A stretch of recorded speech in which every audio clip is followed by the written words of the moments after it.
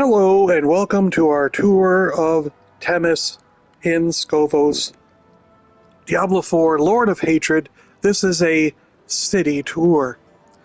So, starting from the waypoint right here, exactly to the right is Temis, the blacksmith. He handles all of your blacksmithing needs, from salvage to repair, forging equipment, tempering, and masterworking. A wonderful guy who will always be there to help you. Coming up from him is our lovely stash. This is where all of your items are being held and, for the future, if you need anything, it's all going to be right there. But only what you put in, only what you store. We're back at the waypoint, and we're going to go to the left, and this is where we have the war table. War plans, command table, and Tyrael, our favorite ex-angel, who is now mortal, although he doesn't seem to die. And then if we run over to the right, we have the Herodric Cube. This is where you're going to be doing all of your gear modifications and item transmutations and rune crafting, along with some secret recipes that are yet to be revealed. Incredible. Coming down from the Herodric Cube, we have the area of all of our shield bearers, our what do you call them? Mercenaries, that's what they are. The mercenaries for hire. We've got Rahir here. I'm using Subo, but he's normally standing right about here. And we have an armory here for switching your, if you have different builds, you can switch your builds there. It'll save everything. Coming down around the corner, we have another stash. Aldkin, the mercenary child, and Viriana, the berserker mercenary. So you've got 4 mercenaries right here around this area. And his daughter, Feyre, the bartering daughter girl. This is a store where you can barter for stuff using your coins that you get from your mercenary. Yeah, I've got 41,000 coins right now. And let's see.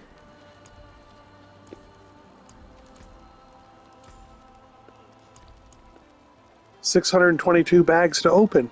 So, pale marks, that's what they call them. Alright, let's go back to the town portal. From the town portal, if you go, the blacksmith is right here. Loop around the blacksmith, and there is Isela, the purveyor of curiosities, where you can spend all of your opals on gear and gamble away, see what you get. And then you can run right back around and destroy them all at the blacksmith. Run back around, get more, run back around, destroy them all at the blacksmith, and then put the 1 or 2 that you want to keep in your stash for crafting later with the Herodric Cube. So it's all in this little triangular area here that you're going to be running around, crafting your items and destroying and building and hopefully making something really good. And again, from the waypoint, if you go straight down, here's your occultist, again within easy shot of the blacksmith, the purveyor of curiosities, the Herodric Cube, and the occultist. So all of your crafting needs right in this little area to make it real easy for you to build up the perfect weapon, perfect piece of armor. We've got imprinting, crafting your dungeon keys, salvaging charms, salvaging seals, and enchanting your items. And by the way, you don't have to salvage your charms and seals here. You can also go to the blacksmith and you can hit this little button and click on one of your charms. I don't have one right now on this guy, but you can click one of your charms and destroy it manually that way, one at a time. Now let's run from the waypoint. We're going to go straight over here down the stairs, and we have Vizrian, the Alchemist, with your transmutation needs and some leftover elixirs elixirs and incense. I'm sure they will give this person more to do now that we've gotten rid of elixirs and incense. The alchemist will have more to do in the future, I'm sure. They'll come up with something. And then we have the jeweler, Pylea. She salvages gems, crafts gems, sockets and unsockets. You can add and subtract. Or adds, you can add sockets and you can take things out of the socket using unsocket. Rune crafting for more legendary runes and mythic uniques. And we have gem crafting for gem fragments and jewelry, random jewelry, which hardly ever gives you anything good. You're better off spending your gem fragments on, you know, making really good gems. Okay, so there we go. We're going to go back to the waypoint. We're going to run way south, so down the stairs again, down the stairs again, and here's where you're going to be finding your vendors. Drussus, the ring and amulet vendor is right here. Every once in a while, you will find something really good in here, so it doesn't hurt to check once in a while. You'll find some ancestral gear in here and other things. Maybe something that you can build into the perfect item.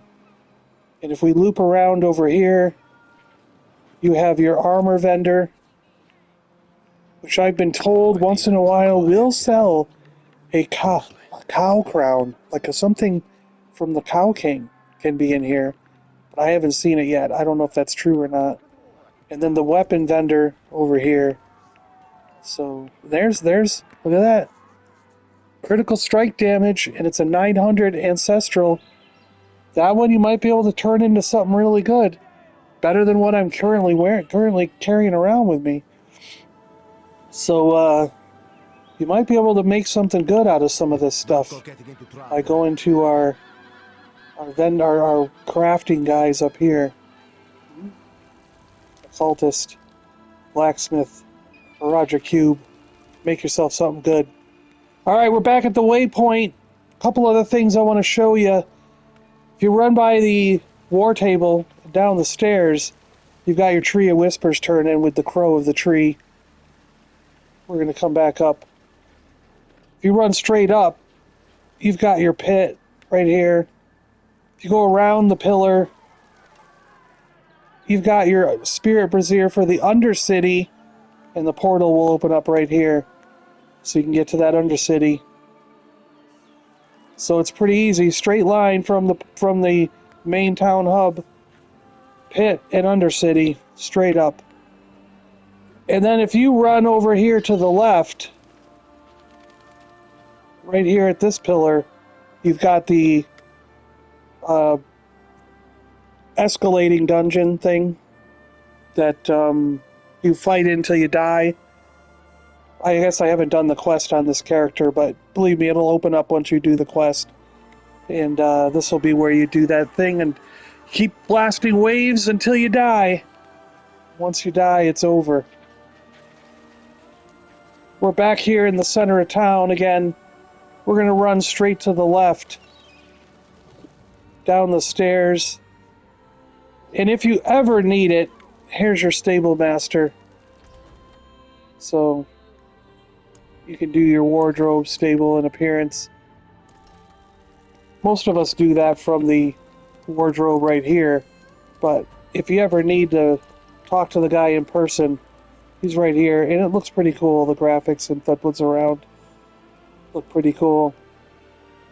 And speaking of wardrobe and stuff, you come around here,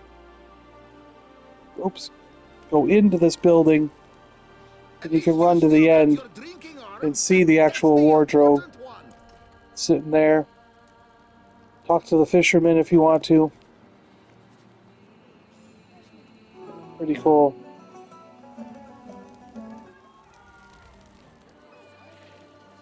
There's a lot in this city, a lot of really cool stuff to check out.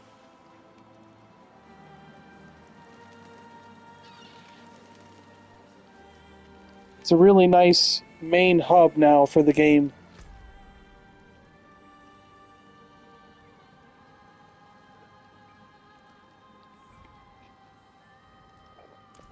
Oh yeah, one last thing. If you run north and go to the right, this big statue is where you select your difficulty. On this character, I haven't made it up past 4. Got to get up to 12. I think I have a character that's at 11 right now, but that's the farthest I've gone. But there you go, set your difficulty there.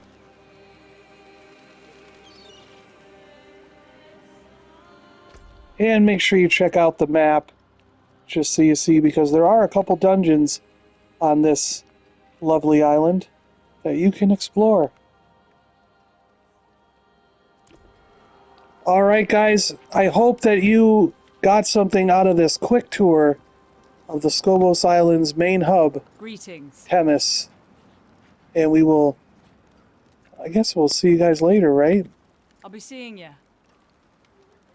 The Super Awesome Game Channel is part of the Super Awesome Geek Show network. Please check the description below and subscribe to the channels that interest you.